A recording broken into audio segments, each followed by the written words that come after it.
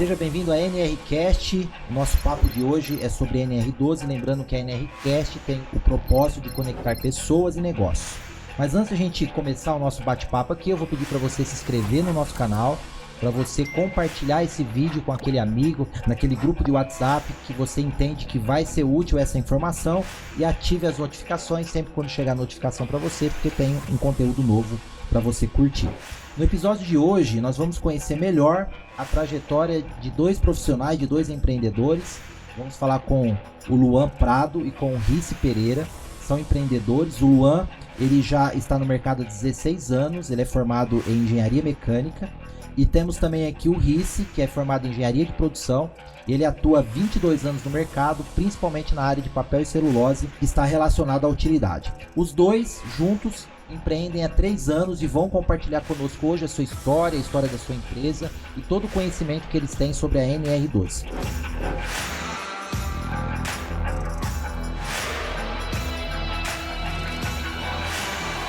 Vamos lá então, vamos falar com os nossos convidados de hoje aqui. Muito obrigado ao Luan, né, por ter aceito o convite, por estar aqui conosco, ao Rice também, né? É um prazer para mim poder receber vocês nesse projeto, vocês que fazem parte desse projeto. Esse projeto é nosso, né, o NRCast. E o intuito nosso aqui hoje é compartilhar a vivência de vocês, a experiência no negócio, a experiência profissional e falar também de NR12, né, porque nós sabemos que a NR12 é um assunto muito importante. Mas antes da gente entrar na NR12, Luan, eu gostaria que você falasse um pouquinho da sua história profissional, do seu lado ali como engenheiro mecânico, né, como que você desenvolveu esse interesse pela área. Conta um pouquinho pra gente. Legal. Primeiramente, eu agradeço pela oportunidade, a gente que agradece aí. É um prazer aqui fazer parte desse projeto. E, Thiago, a respeito dessa questão, engenheiro mecânico, é uma história até um pouco interessante.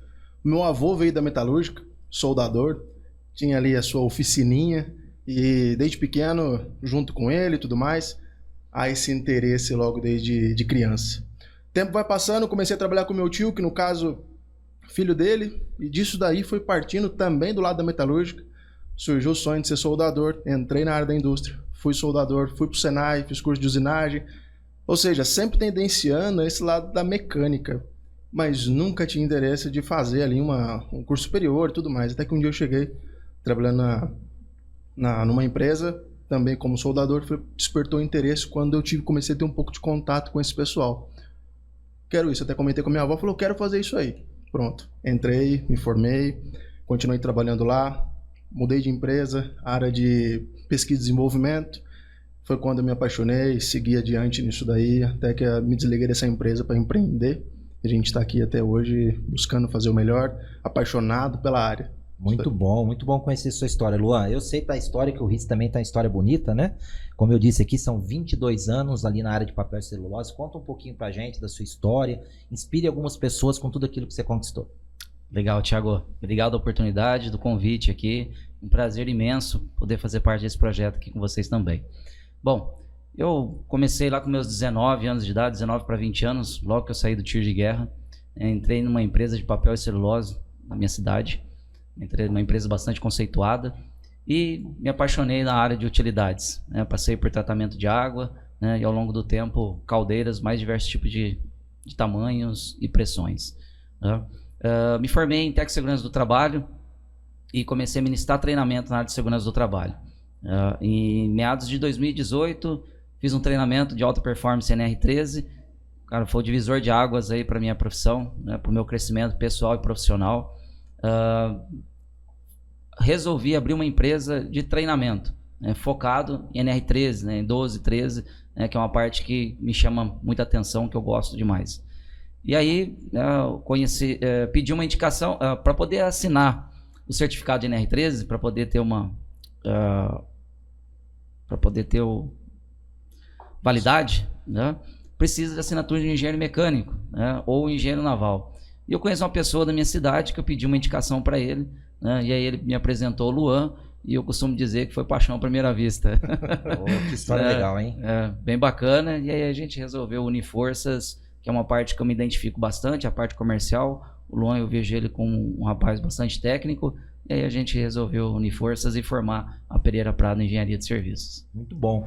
Exato, né, Rice? Inclusive, Pereira Prado vem de Rice Pereira, né? E Luan Prado, né? E Exatamente. a gente estava conversando um pouquinho antes aqui, e parece que essa ideia de juntar aí foi o Luan, né? Que teve esse início de empreendedorismo. Conta um pouquinho pra gente como que isso aconteceu, Luan.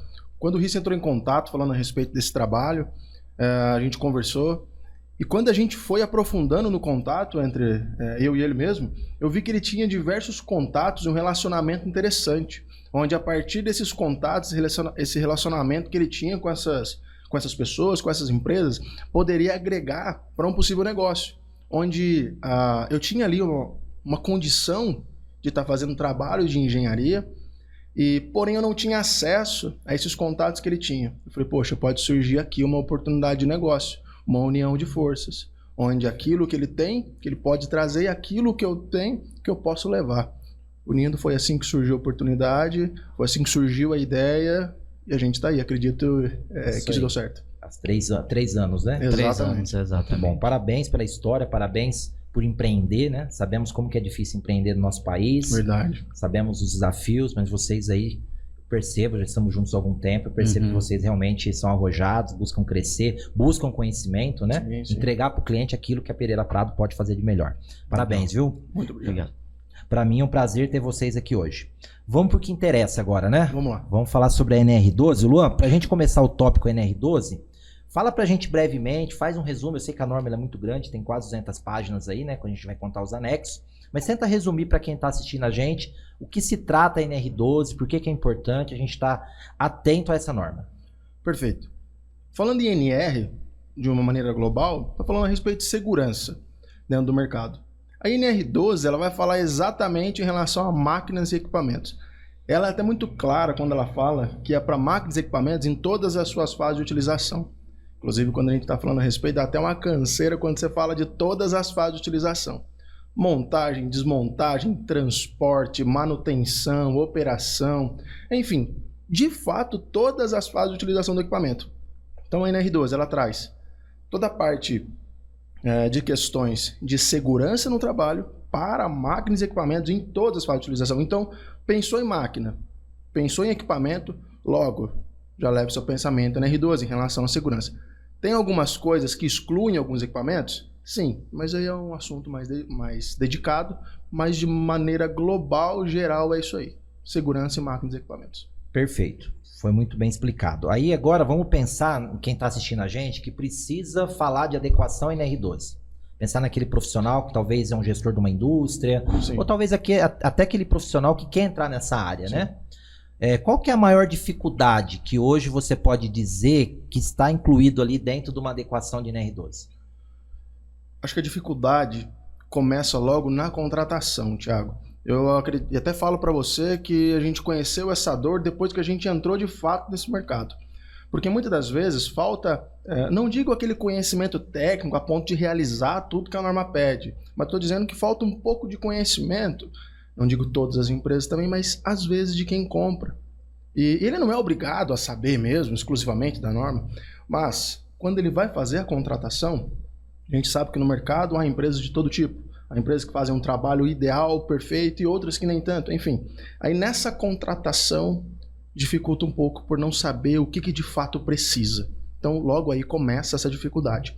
A próxima dificuldade, pensando no gestor, é apresentar, justificar os valores que fica aí uma adequação NR12. Luan, são valores exorbitantes? Não. Mas você justificar a segurança em um país com índices de acidentes tão grandes é um pouco complicado apresentar para a gerência, a diretoria. Segundo ponto dessa dificuldade. E depois, na adequação em si, existe a outra dificuldade, que é fazer com que aquele corpo de profissionais que estão envolvidos na máquina entendam e comprem a ideia. Porque às vezes parece que, poxa, vão dificultar o meu processo. De fato, a gente sabe que pode ser que dificulte. Então, essas são as principais dificuldades que encontra nessa área. Entendi. Quem que hoje dentro da indústria teria ali o papel principal em se preocupar com essa adequação de NR12? Eu vejo que principalmente seria o proprietário da empresa, porque ele é responsável. A máquina está sobre a posse dele e toda a responsabilidade está sobre ele. Então, o primeiro ponto seria ele. Depois abaixo, a parte posicional ali. Abaixo seria, de fato, o departamento de segurança com os supervisores. Por que eu digo supervisores também? Porque a função, a posição deles é de responsabilidade de toda aquela equipe que está trabalhando, e a parte de segurança justamente por ser o departamento que trata do assunto. Perfeito. E eu sei que você vai falar sobre isso um pouquinho mais para frente, mas vamos explorar um pouquinho mais o tema agora, né? Sim. Qual que é a consequência do dono da indústria, de quem emprega ali, né, centenas de colaboradores que usam ali os equipamentos que precisam da adequação? Qual que é a consequência dele não dar atenção a essa norma? Tiago, em relação a isso, até algo que a gente não costuma levar muito, isso aí que eu vou dizer, mas querendo ou não, acontece, e eu vou até te explicar por que a gente não leva muito. A parte de multa, a parte chega, inclusive, a empresa tem que parar, fecha as portas enquanto não adequa. Mas por que eu falo para você que a gente não leva muito essa informação até para ele? Porque o mercado tá cheio disso. Vai justificar preço, olha, se você não fizer, você vai ser multado. Aí ele não quer escutar isso, ele quer escutar a solução para aquilo. Então é o que eu digo. Então, a primeira preocupação que eu digo é com a própria vida desse pessoal que é o patrimônio da empresa, né? Então, mas o que pode chegar de reflexo negativo? Primeiro, acidente no Brasil, soube de acidente aí, a informação espalha logo. Então, a credibilidade da empresa vem a cair. E depois, com certeza, a parte de multa, o risco da empresa própria fechar e credibilidade desse nome. É um bem, a gente carrega o nome. Pereira Prado, poxa, imagina a gente sofrendo o impacto de um acidente, pode causar morte, o impacto desse nome negativo dentro do mercado, né? Então, os pontos principais seriam esses. Perfeito. Dentro desses equipamentos, dá alguns exemplos pra gente, Luan, de equipamentos dentro de uma indústria que são comuns, que vocês veem aí comumente, né? Dentro das adequações que vocês fazem, que às vezes o empresário ou dono ali da indústria não se atenta. Olha, eu vou até ir para um grau de risco maior. Por favor. Até as prensas. O que acontece? São equipamentos, dependendo, claro, da capacidade, dos dimensionais dela, equipamentos caros. Então, quando ele pensa em fazer a substituição ou a própria adequação, acaba ficando um valor um pouco mais alto, ele acaba não fazendo. Então, as prensas, índice de acidentes altíssimos. E agora eu vou até te falar de outro que é comum demais a gente ver, policorte. Sabe esse de serralheria? Sim. A gente vê muitos sendo comercializados com selo NR12. Mas o selo NR12 ali está garantindo uma responsabilidade técnica em cima de alguém. Porém, não necessariamente a maioria, eu digo talvez, eu não sei se o número correto, mas eu diria facilmente, acima de 90% não são adequados. Tem o selo, tem alguém responsável, mas não estão. Então eu trouxe para você dois cenários, um cenário industrial e um cenário também aqui de serralheria, de outro porte, tudo mais. Então esses dois pontos existem muito. Perfeito. Eu queria reforçar, é a questão da cultura do brasileiro, né? Verdade. O ser humano, né, que é uma questão de ser humano também, ele acredita que pode ganhar na Mega Sena, que a chance é 1 em 1 milhão, mas não acredita que o acidente pode acontecer com ele, que a chance é de 50%. Né? Então é uma questão de nós mudarmos essa cultura, né? Justamente essa função do NRCast, para poder tentar passar para o empresário, né, e o empreendedor que tem a intenção de adequar os seus equipamentos, né, pensar na segurança, pensar em vida e em pessoas, e depois para poder estar fazendo a adequação propriamente dita. Excelente. Qual que é o tamanho da empresa para se preocupar com esse assunto? Quantos funcionários precisa ter? Olha, para você ver, a NR12 ela vai falar de pontos referentes a microempreendedores. Então vamos pensar o MEI. Então o MEI ele tem um funcionário, tá? Então, ok, ele tem um funcionário ali, e se ele for ele mesmo? Se ele for só a pessoa que está ali, não é nem contrato social, né? Mas o microempreendedor, a NR12 vai falar do microempreendedor. Ou seja, ela não exclui ninguém. Perfeito. Todos precisam. Muito bom, acho que ficou claro, né? Exatamente. Ter uma máquina já é o suficiente para poder estar adequando ela. Muito bem.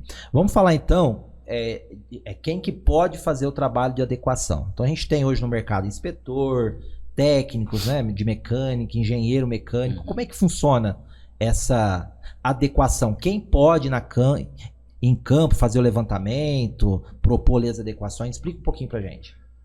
Isso aí é um assunto que talvez seja até um pouco polêmico. Eu vou dizer de dois cenários, tá? A sua pergunta foi em relação a quem pode. Isso. Perfeito, ótimo.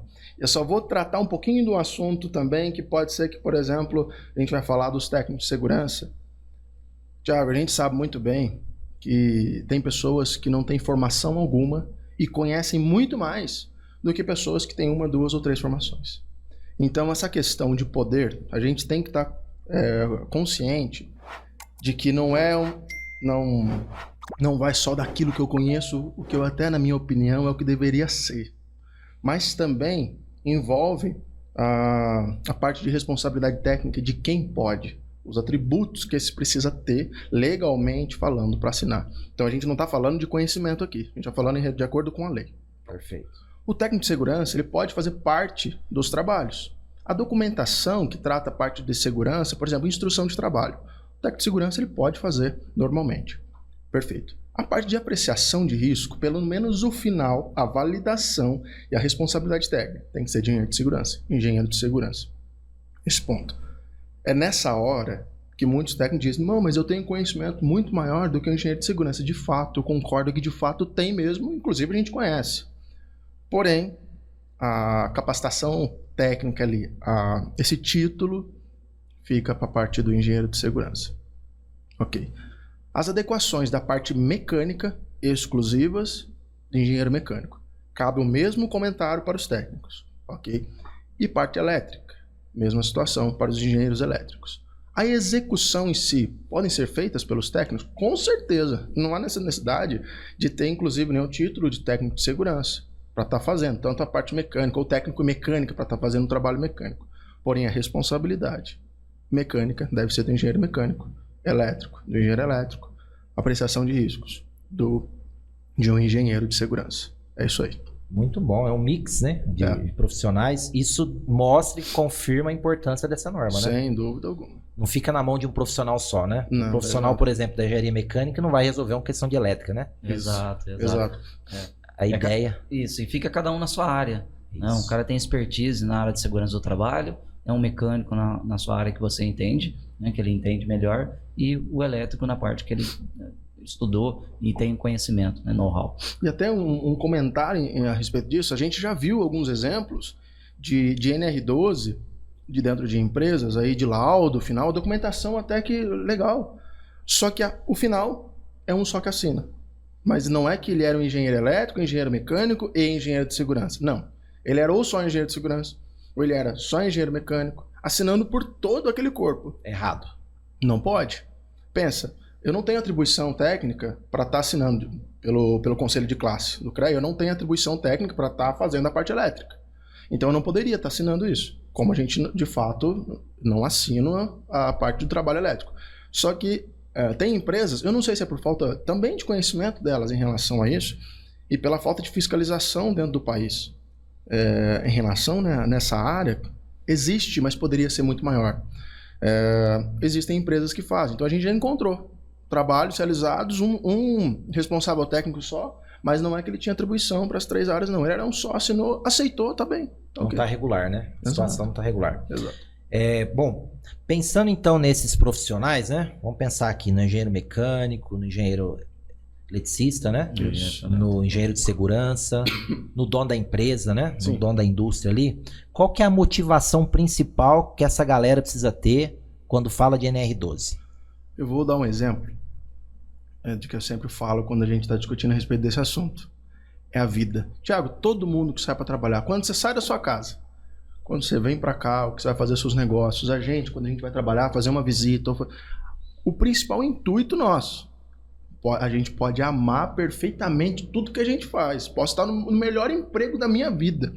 O meu intuito quando eu saio de casa é voltar para casa. Não tem outro intuito maior que esse. Se eu sou casado, se eu não sou, se eu tenho filho ou não tenho, eu quero voltar para casa. Então, a maior intenção, a motivação maior tem que ser a vida. A gente poderia falar de multa, a gente poderia falar do risco de da empresa estar fechando, poderia falar de tudo. Mas como a pergunta é a maior, a vida. Muito bom. Mas agora eu estava pensando aqui, o Luan Henrique, né? Me veio aqui a dúvida o seguinte: se temos a NR10, que fala de elétrica, por que a NR12 fala de elétrica também? Essa pergunta é bastante pertinente. E é muito interessante isso daí, falar disso. A NR10 ela é exclusiva da parte elétrica. Vai falar de máquinas? Ela vai falar de máquinas. Mas também não vai falar de máquinas, vai falar da parte elétrica. Vamos pensar o seguinte, a NR12 ela está falando da segurança de máquinas. Vai envolver parte elétrica, vai envolver parte de sinalização, parte mecânica, mas está falando de máquina. A NR10 está falando de elétrica. Pronto. Então, quando o trabalho... tem duas formas da gente trabalhar com essas duas normas numa contratação, numa própria adequação. Eu posso utilizar só a NR12? Com certeza, a NR12 vai dar total informação e embasamento para fazer o trabalho elétrico. Mas eu quero estar completo. De fato, eu quero que a minha parte elétrica esteja totalmente adequada. Vou pegar a NR10. Mas, Luan, então você está querendo dizer que se eu usar só a NR12 não vai estar totalmente adequado? Vai estar, de acordo com a NR12. Mas não de acordo com a segurança elétrica. A máquina, NR12. Segurança da máquina tá ok. Segurança elétrica tá ok também, não vai correr risco, mas quer estar completo? Segurança elétrica, puxa 10. Perfeito. E o que você, como engenheiro mecânico, o Risse aí, como engenheiro de produção e são especialistas em NR12, o que vocês precisam saber de elétrica quando fala de NR12? Quais são os requisitos principais ali que vocês precisam considerar? Perfeito. Primeiro, que eu preciso saber logo de cara que eu vou precisar de um profissional dedicado à parte elétrica. Eu não vou conseguir fazer o trabalho sozinho. Ponto. Trago junto. Noção. Parte noção. São as partes básicas de tensão, de extra baixa tensão. Isso é claro, toda a máquina ali, a parte acessada tem que estar em extra baixa tensão. A parte dos dispositivos de segurança, sensor, dificuldade de burla. Enfim, essa parte, aterramento. Então, é uma noção básica de tudo que envolve. Mas na hora de executar, na hora de avaliar, inclusive logo na apreciação de riscos, é necessário que o engenheiro elétrico esteja junto para fazer. Porque a gente só vai ter uma noção, até para a gente poder discutir com o cliente e tudo mais. Fazer engenheiro elétrico. Entendi. E tem algum item, assim, na parte de adequação, de sensor... De certo ou errado, que existe um questionamento nessa parte da 12 envolvendo a elétrica? E aí eu queria já puxar para a conversa a questão da apreciação de risco. Né? Perfeito. Que é extremamente importante começar desse passo. Não já querendo saber que tipo de proteção eu faço. Não. Vamos fazer uma apreciação de risco. Como funciona a apreciação de risco? Faz uma análise de quais são os riscos do equipamento. Riscos de prensamento. É necessário fazer uma duplo acionamento, né? É necessário colocar proteção física, proteção elétrica, uma proteção a laser, né? No entanto, que a apreciação de risco é feita e aí depois fica mais fácil da gente fazer uma proteção para aquele equipamento, né? Que é um trabalho feito a 6 mãos: operação, manutenção e segurança do trabalho. Porque se for fazer somente como a NR12 pede, é mais fácil que você poderia isolar totalmente a máquina, né? Colocar uma grade ao redor dela e ninguém tem acesso. Mas aí acaba aqui engessando o trabalho do operador. Então é extremamente importante, né, sendo feito esse trabalho em 6 mãos para poder chegar no bom senso, de maneira que a gente atenda a NR12, mas também de maneira possa produzir o que o equipamento venha a ser feito.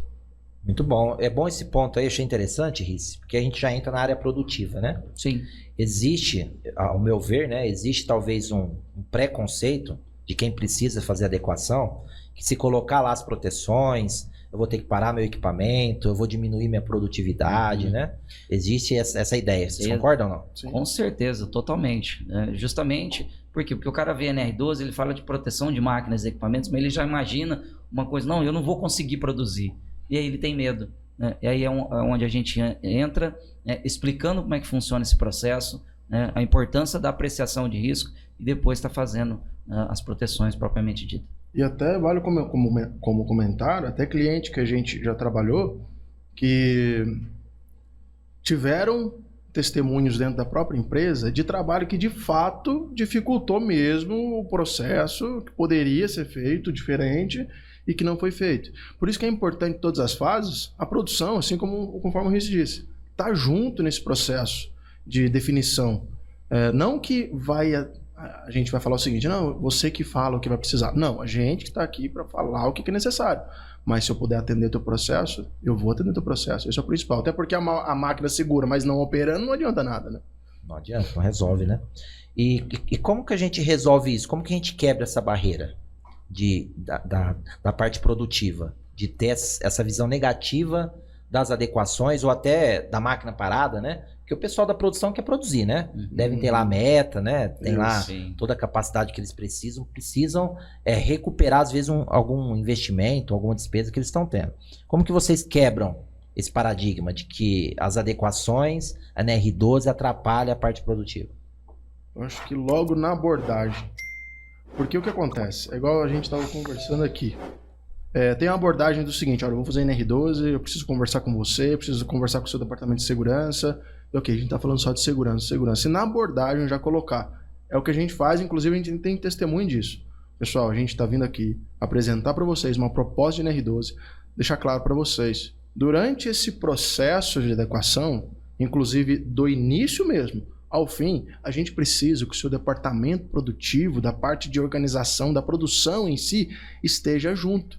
Porque a gente não quer levar uma solução que atenda a segurança, mas não atenda a produtividade de vocês, essa capacidade de produção de vocês. Então traz junto. Então na hora que a gente for apresentar o projeto nosso, porque tudo começa, igual o Rice disse, apreciação de risco, projeto. Traga esse pessoal para eles verem também. A parte do projeto, para mudar no projeto é fácil. Depois de adequado para mudar, isso dificulta. Então essa abordagem, logo colocando para eles, traga produtividade. Eu não quero atrapalhar a tua produtividade. Já muda a visão. Então é logo aí. E depois, claro, com testemunho. Eu disse, eu compro. Aí vai pegando essa confiança. Perfeito. Então é totalmente possível cuidar da segurança sem afetar a produção. Com certeza. Talvez no meio do caminho é necessário uma adaptação da própria máquina, porque as máquinas, principalmente máquinas antigas, ela tem uma dificuldade ali, porque não precisava nada disso, por exemplo. Eram fabricadas e aí quando você vai aplicar, é necessário um acesso que agora você não pode mais. Então é necessário uma adaptação de uma matriz, enfim. Talvez não seja necessário isso em alguns casos, mas, respondendo a pergunta, é possível? Sem dúvida é possível. Perfeito. Tem algum equipamento que trabalha sob pressão, que se enquadra na NR12, que a gente precisa estar atento a isso? Possui. Inclusive, até é engraçado essa mesma questão, quando aparece da NR10, né, da parte elétrica, da parte mecânica, falou sobre pressão, a gente pensa na questão de NR13, né? São os vasos de pressão, caldeira, que aí o Rice tem muita condição de falar, muito melhor que eu, mas a NR12 vai falar. E logo respondendo logo essa pergunta, pode ser que alguém faça, mas compressor, vaso de pressão, ele é da NR12 também? Vamos lá, tem movimento? Ah, legal, um compressor tem uma polia, falando daquele simples lá de borracharia, por exemplo, tem um motor, tem uma polia, tem a correia, pronto, NR12. Já vale. E também outros equipamentos sob pressão, uma bomba hidráulica, onde tem um bloco, tem as mangueiras, enfim, tudo isso precisa ser pensado também de acordo com a NR12. Então eu preciso dar a solução para isso. Então os vasos de pressão, está de acordo com a NR13, e também esses outros equipamentos, as máquinas de fluxo. Então, é necessário, sim. Tá, então vamos pensar aí no compressor que você falou. Quando que entra 13 e quando que entra 12, então? Para ficar claro essa situação que parece que tem um conflito, né? Igual você falou da 10 e a 12, parece que agora tem um conflito da 12 e da 13. Verdade. Explica aí, já que vocês são especialistas em 13 também, fala um pouquinho pra gente. A NR13, ela vai falar do vaso de pressão. Então, pensa o seguinte, a NR13 está falando o vulgo casco, tá bom? Está falando ali do costado, dos tampos, aquilo que está pressurizado. Perfeito. A NR12, em relação ao compressor, está falando daquela partezinha de cima ali, polia, correia, a proteção, a parte elétrica, o painelzinho que você aciona para ligar, desligar, o pressostato que tem esse ajuste, liga, desliga. Então isso daí está de acordo com a NR12. A NR13, o vaso intrinsecamente. A NR12, essa parte sim. Porque muito equipamento, ele vai ter no equipamento, ele vai ter 2, 3 normas regulamentadoras dentro dele. Né? Uhum. No caso aí do compressor mesmo, também entra uma NR10, que vai falar de um painel. Né? Então, exclusivamente NR10 painel, NR13 né? Do compressor, corpo do compressor, NR12 né? Equipamento que está em movimento, né? Que é as correias, polia. Né? Então, no mesmo equipamento vai ter 3, às vezes até 3 ou 4 né? Normas falando daquele mesmo equipamento. Verdade. Entendi. E a mesma empresa não pode fazer tudo? Ir lá e fazer pessoa que está comprando. Vamos pensar em quem está comprando o serviço ali, quer que a indústria fique redondinha, né? Pensa na segurança acima de tudo e fala, bom, eu tenho lá 20 compressores de ar, eu preciso tá com eles em ordem. Não oferecer nenhum risco pro meu colaborador. Aí ele já tá sabendo agora que ele tem que se preocupar com a 10, com a 12, com a 13. Como é que funciona essa compra? Como que ele tem que cuidar disso de uma maneira que ele de fato tenha o equipamento resolvido? Sim. Seguro, né? Perfeito. Ele pode estar contratando tudo de uma empresa só. Não tem problema algum. A não ser que seja interesse dele. Não, eu quero diversificar. Mas ele Qual que é o pode. cuidado que ele tem que ter? Ah, tá. Esse cuidado. Primeiramente, saber quem está contratando. Porque essa capacitação técnica, talvez o que eu vou falar vá até um pouco contra a minha própria formação. Mas dentro do mercado, a gente sabe que há muitos engenheiros que têm ali o seu diploma, mas de fato, será que tem todo o conhecimento? Então pronto, saber quem está contratando. E depois fazer um controle muito bom disso. Porque, Thiago, às vezes a gente chega em empresa que tem relatório, tá bonito, mas venceu tem 10 anos. Ele fala o seguinte, não, mas eu tenho relatório. Não, tá ok, mas está vencido. Ah, eu tinha que ver isso. Então, ter esse cuidado. E também quem está entregando, fazer essa instrução também. Mas até em relação a essa instrução, às vezes o quadro de funcionário muda dentro da empresa. Aí eu fui lá e expliquei tudo para você. Amanhã você já não está mais no quadro e foi embora o conhecimento junto. Então esse cuidado de realizar e também esse cuidado de acompanhar, de monitorar. Isso é o principal. É uma coisa bastante interessante, e falando de equipamento, de quantidade de tempo que está sendo utilizado, trazendo para nossas residências, né, uma coisa bem, né, que a gente convive diariamente, panela de pressão, né, que a gente usa para cozinhar feijão, batata, entre as coisas. Uma panela de pressão ela tem quanto tempo de uso? Né? Nós fazemos inspeção, né, e vocês já viram já alguma vez uma panela de pressão explodida? Né? Afunda fogão, a tampa vai para o teto.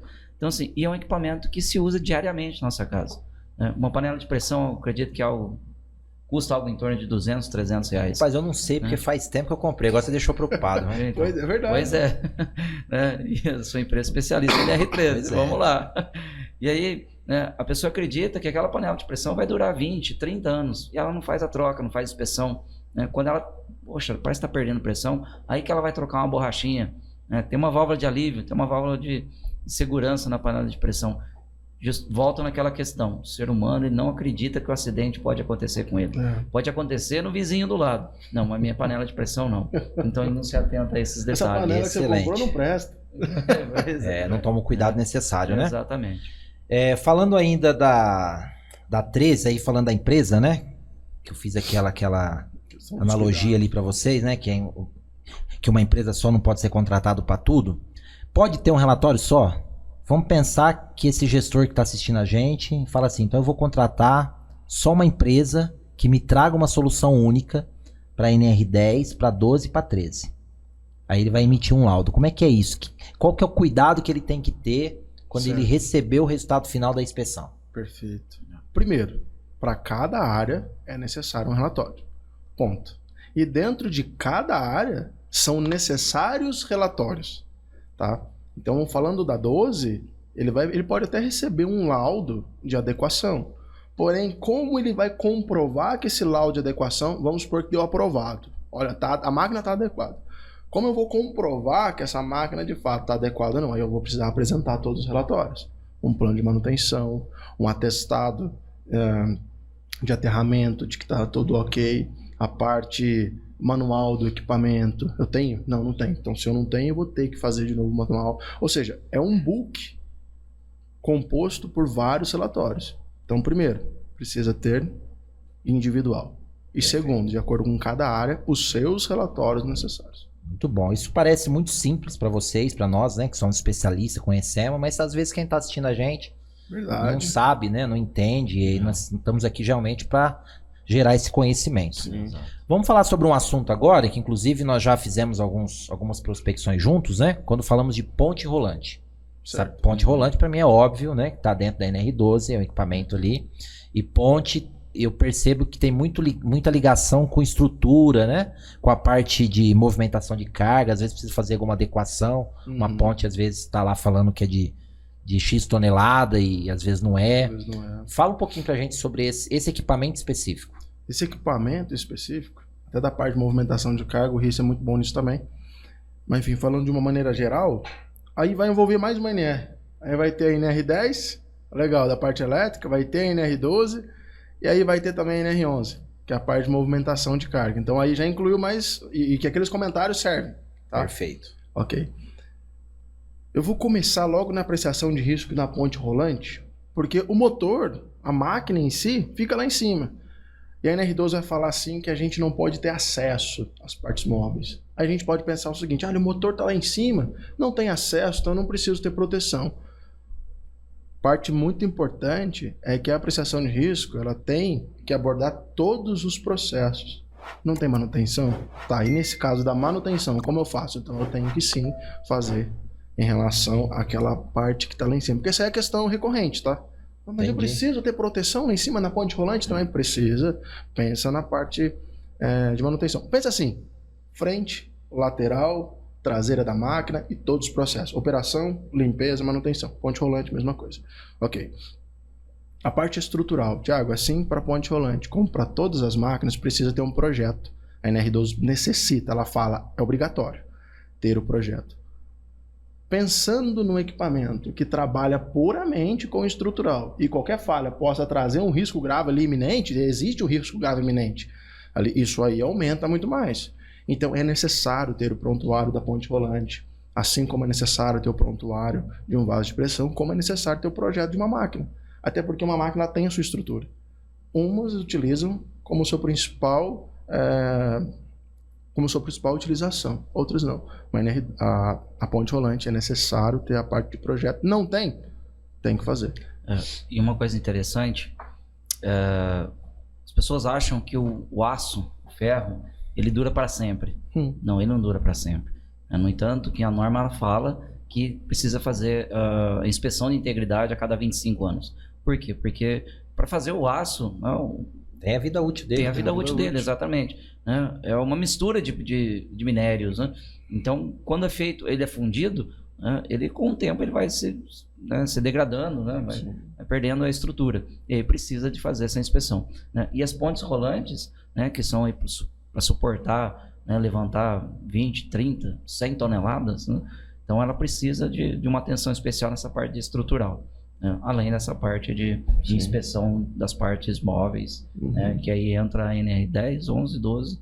Né? A 35 entra aí também ou não? Sem dúvida, na parte das operações. Exato, bem lembrado. Vou fazer uma manutenção, vou botar em altura, acima de 2 metros, NR35, exatamente. Olha como é que vai ligando. Aí vai ter a parte de EPI, entra também. Ergonomia, NR17. Poxa, isso vai longe. Bom, vamos falar de ergonomia então, já que você falou, né? Fala um pouquinho pra gente aí como que esse aspecto é importante e tá linkado à NR12. Perfeito. A NR12 ela vai falar muito claro, bem sucinto, talvez é o item de menor texto da norma. É basicamente o seguinte, ó, é necessário ter, ok? Eu tô conjecturando, tá? Olha, é necessário pensar em ergonomia, tá? Aí o que você faz? Consulta a NR17, é bem isso. E dentro disso aí, Thiago, eu vou falar dentro de ergonomia. A gente, dentro da indústria, a gente ouve muito postura, né? Até, quando começa a falar de ergonomia, você até ajeita na cadeira, né? Postura e tudo mais, ok. Mas eu vou falar de um ponto que pouco é falado ainda dentro das indústrias, e sempre quando a gente vai fazer essa abordagem, a gente vê que é pouco falado. Ergonomia cognitiva, Thiago. Essa parte na R17, ela fala a respeito, é necessário ter um cuidado. A gente está no século XXI, onde talvez o mal do século, isso aí vai um pouco pior, vai ser a parte de depressão, esses cuidados psicológicos. Então, a ergonomia cognitiva, ela também está falando o cuidado com a preparação do supervisor em falar com os profissionais, como abordar isso. Esse mundo agora que é produção, é produzir mais com menos e vai, como fazer isso aí? E muitas vezes fala, não, mas essa geração que está vindo, a gente não pode pensar dessa forma. A gente tem que pensar no cuidado, inclusive, deles. A gente está lidando com vidas, com diferentes, mas, poxa, então pensar nessa ergonomia cognitiva. Quando for pensar em ergonomia, não pensa somente na ginástica laboral, que é super importante, mas pensa também no cognitivo. E na R17 ela está falando.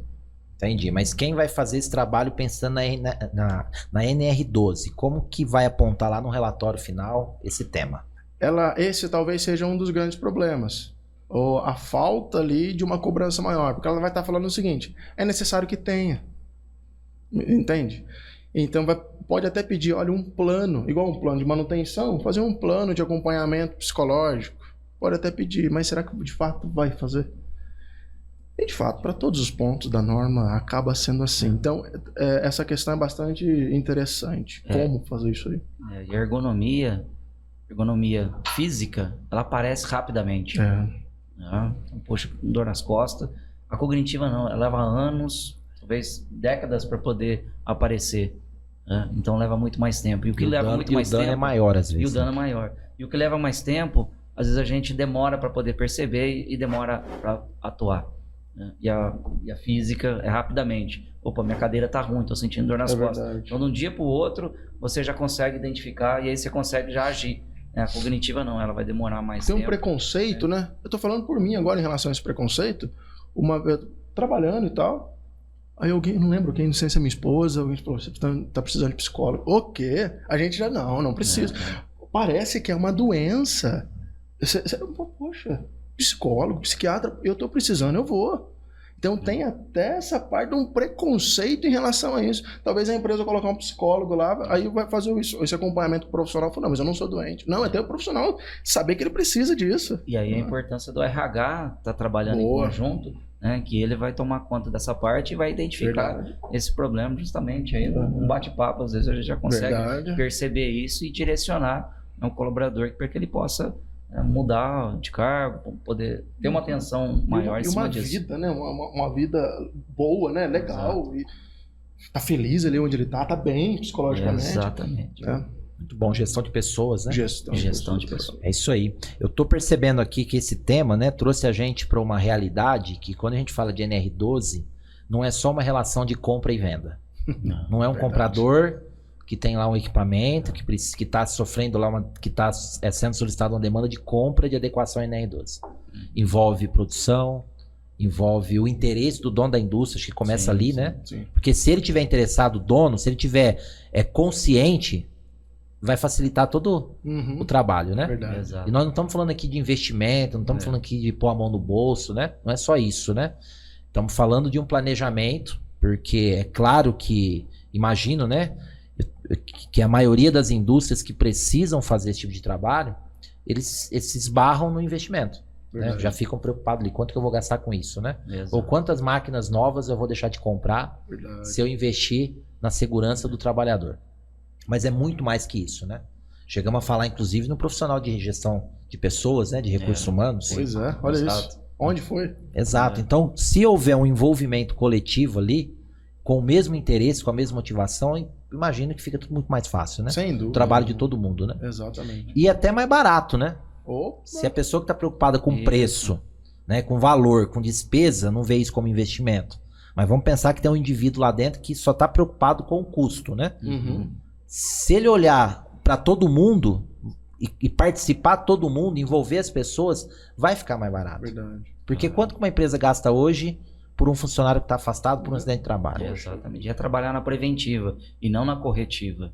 É verdade. Quanto que uma empresa economiza hoje por manter um colaborador satisfeito na empresa do que trocar esse colaborador? Economiza muito. Demais. Então essa conscientização, acho que esse tema NR12 é um tema, não é só para gestor de indústria, mas acho que envolve todo mundo, né? Acho que podemos trazer esse tema mais vezes, incluindo inclusive a parte de pessoas, que eu acho que é muito importante. Sem dúvida. Vamos falar um pouquinho, Luan, com o gestor de manutenção. Certo. Sabemos que é um profissional também preocupado, que está atento, né? Tá ali no dia a dia, olhando as máquinas, porque a máquina tem que estar em dia para a produção receber ou entregar aquilo que precisa entregar, né? Parte de limpeza, né? Ajuste. Acho que tudo isso envolve na NR12. Envolve, perfeito. Até a NR12 ela fala a respeito de ajuste. E limpeza passa a ser agora, inclusive, pode ser inclusive feito pelo próprio operador da máquina. Em outros momentos lá atrás, isso não.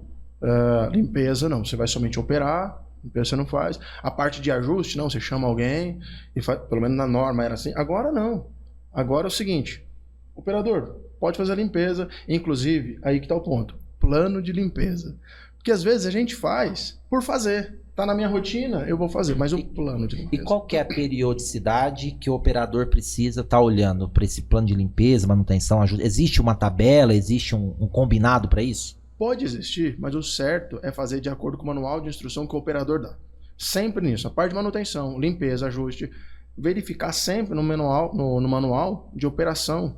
Porque ali vai estar falando exatamente o que a máquina precisa. Não tem um padrão. A questão do procedimento. Exato, Né? procedimento. Então, todo equipamento precisa ter um procedimento. Exato. E nesse procedimento tem que estar contemplando ali o prazo que ele tem que fazer. Não essa importa limpeza. o tempo de vida da máquina, esse Não. procedimento ele existe. Ele existe. Tem que existir. Tem que existir. Exatamente. Isso vem do fabricante ou não?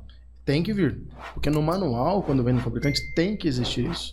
Tem que estar contemplado isso. Às vezes, muito normal. Máquina nova e manual. Ah, que isso? É quase aquele negócio. Cadê o manual do ventilador que você comprou pra sua casa? Vai Manual? embora junto com a caixa. Exato, joguei fora. Isso Então mesmo. acontece muito. E se ele soubesse o custo que dá para reestruturar ali, fazer o manual, é muito caro, porque eu tenho que envolver todos os processos.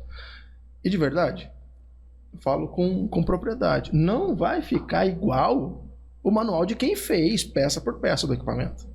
Então tem que vir. Então, nessa parte, periodicidade, consulta manual. Então, plano de limpeza, plano de manutenção.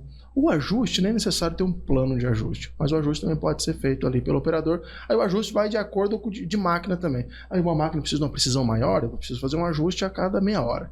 Ah não, essa máquina aqui é tranquila, uma vez por dia. Ou só quando faz setup, troca de setup, enfim. E quem não tem esse manual hoje? Vamos imaginar alguém que está assistindo a gente e fala, puxa, eu não tenho. Eu tenho lá um equipamento de 10, 15 anos, 20 anos, ou até 5 anos mesmo, né? Sim. Levando em conta que Sim. às vezes a pessoa joga fora. Quem não tem, como que resolve isso? Eu tenho que começar o processo até chegar, como é que funciona a solução? O primeiro passo para solução, o que eu diria, o que eu recomendaria é o quê? Entre em contato com o fabricante. Pede para ele enviar. Às vezes, nem sempre ele vai enviar sem custo. Mas se ele enviar, mesmo que tenha um custo relativo aí, é melhor que ele tenha, porque ele vai ter o próprio manual do próprio equipamento. Não consegui, inclusive tem máquinas que os fabricantes já fecharam, já nem existem mais. E acontece mesmo. O que vai ter que fazer lá? Vai ter que chamar os profissional que tenha capacitação de fato para estar fazendo, reestruturar todo esse manual. E dentro desse manual é bom que o pessoal da manutenção da empresa esteja junto, o pessoal da operação esteja junto, enfim, todo aquele pessoal todo lá que a gente falou da apreciação de risco. É bom que eles estejam juntos. A gente não pode cair na falha do seguinte, só porque a gente é especializado nisso, eu sei fazer tudo e não preciso de ninguém. Não, a gente precisa deles. Eles estão na máquina todo dia. Eu costumo dizer o seguinte, o operador ele chega na máquina de tarde, se a máquina vai fazendo um pouquinho de barulho diferente, ele já sabe que alguma coisa está fora.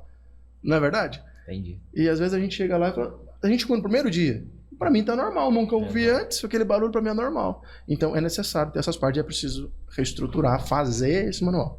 O que a NR12 fala sobre sinalizações? Fala bastante coisa sobre sinalização, demarcação de piso, a parte de sinalização inscrita, sinalização visual, luminosa, sonora, tudo isso de acordo. Tudo vai voltar no quê? O que está pedindo a apreciação de risco? Começa lá na apreciação de Começa risco. É o lá na começo de apreciação. tudo é ali. Inclusive a gente costuma falar o seguinte, a apreciação de riscos bem feita é sinal, a probabilidade do trabalho ser bem feito é muito maior. Porque se ela já começa mal feita, eu já caio logo aqui. Vamos pensar assim, eu começo 100% e termino com 80%. Agora, se eu começar com 70%, eu vou acabar talvez com 40%. Então ela precisa ser muito bem feita. E aí é super interessante, né, o empresário entender que a proposta é feita em dois momentos. Boa. Né? Primeiro, apreciação de risco. O equipamento tem uma apreciação de risco? Sabe quais são os riscos do equipamento? Não tem. Então, tá bom. Então a gente vai fazer uma proposta, né, dedicada somente para apreciação. Aí, através da apreciação, nós conseguimos levantar valores de proteções. A gente precisa fabricar, a gente precisa comprar pronta, parte elétrica, parte de automação. Né? Aí sim fica muito mais fácil de fazer a adequação. Então são dois momentos, né? Apreciação de risco e adequação e instalação dos equipamentos. Essa é uma dor do comercial, Thiago. Ressente muito isso aí. Que chega lá, eu entendo também o empresário que quer contratar, fala, não, mas eu preciso fazer aqui meu planejamento financeiro, eu preciso do orçamento final. A gente fala, mas meu amigo, é o seguinte, se a gente for fazer dessa forma, eu vou ter que considerar a pior hipótese, porque eu não sei. O pior risco, né? É o pior. Aí sabe o que acontece? A proposta incha. Aí eu falei, que isso? Dá pra me comprar 2 máquinas com esse preço. Mas eu falei, eu te avisei. Aí você que é cuidadoso, que tem conhecimento, manda uma proposta na pior situação. Exato. Aquela empresa que não tem essa habilidade técnica, vai mandar, às vezes, uma proposta totalmente diferente que não vai atender a necessidade de quem está comprando, é isso? Exatamente. E nós já temos clientes que o nosso valor ficou 10 vezes maior do que a primeira proposta dele. 10 Mas vezes. por quê? Ele não tinha uma proposta assertiva, né? E aí o cara, eu não sei se a empresa tinha conhecimento ou não, mas passou um valor totalmente fora, né? E nós fizemos o caminho correto, a apreciação de risco e depois a adequação. Ficou muito até ligando esse assunto com o assunto que você puxou agora há pouco, quando você falou assim das documentações. Isso. Eu puxando esse assunto seguinte, é um cuidado. Acho que vale a pena ter esse cuidado. Não que não é permitido a empresa que faz a apreciação de riscos ser a mesma empresa que faça a adequação. Não tem problema, desde que esteja tudo correto. Mas o que é super interessante se possível, não coligar as duas coisas. Porque é o seguinte, eu entro no que você falou, uma empresa que é responsável, ela vai mostrar o porquê, ela vai justificar. Eu vou fazer, eu vou fazer a apreciação de riscos, eu vou fazer a adequação também, e eu vou amarrar tudo ali e vai ver que de fato é realidade. Mas uma empresa que não é de tal responsabilidade, ela vai apresentar a apreciação de risco dela. O valor tá legal. Mas e se for subjetivo? E se ela não estiver seguindo de fato a norma? Aí ela vai entregar, não, mas olha, tá atendendo a minha adequação, tá atendendo a minha apreciação de risco. O meu grau de risco agora ficou baixo, tá tudo verdinho. Mas será que tá verdinho? Então tomar esse cuidado. E por isso que muitas empresas, eles fazem essa apreciação de risco e fica com eles. Olha, agora eu quero que seja feita dessa forma. Isso é interessante. Entendi, perfeito. Para a gente fechar aqui o nosso bate-papo, então, vamos pensar numa empresa que tenha consciência, que sabe que precisa olhar para a NR12. Como que a gente define o primeiro passo, o segundo, o terceiro, para essa empresa conseguir estar 100% adequado? Primeiro passo, assim como o Risco já explicou muito bem, apreciação de riscos. Inclusive até na abordagem, na compra disso, compra é apreciação de riscos. Começa por aí. Porque quando ela começa separada, até mesmo que ela vá depois contratar a mesma empresa para adequar, mas primeiro ela contratou a apreciação de risco. A empresa não vai ser tendenciosa a nada. Ponto. Então, primeiro, apreciação de risco. Depois da apreciação de risco, ela vai para adequação. Se possível, adequação da fábrica, da planta, e não da máquina. Por que isso daí? A fábrica que eu digo é aquilo que todo mundo tem acesso. É o corredor que todo mundo passa, é a sinalização que todo mundo vê, é a demarcação do piso que todo mundo está envolvendo. O risco é de todos. Talvez na máquina é um operador só. Agora no corredor não, todo mundo está passando. Demarcação do piso, o piso não adequado, sinalização luminosa, enfim, pronto. Depois disso, adequação da máquina. Pronto. E depois disso daí, vai no final, capacitação. Ponto. Uma observação. Essa capacitação no final, que eu digo que até é aconselhável que seja feita, pode surgir um probleminha aí que a gente já teve. A comunicação, aqui nesse trecho, até chegar na capacitação, tem que ser muito bem feita pelos gestores. Se caso tiver algum problema de comunicação, coloca essa capacitação, no mínimo um informativo antes, para que essas pessoas saibam do que vai tratar.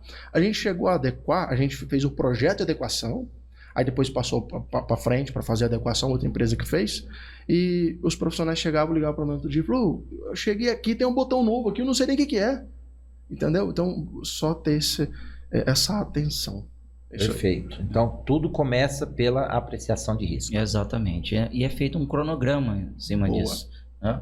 Lembrando desse cronograma que o empresário não precisa se preocupar. Nossa, o Ministério do Trabalho baixou aqui e eu preciso adequar minhas máquinas. Não, começa primeiramente na apreciação de risco, depois um processo de adequação. Né? Então, você faz um cronograma dos seus equipamentos. Ok, feito o cronograma, né, você já está respaldado e fica mais tranquilo diante de uma fiscalização. Né? Isso que o Riz falou é bastante importante, porque pensa o seguinte, às vezes a empresa está até já pronta, não, eu vou adequar, só que não tem papel nenhum.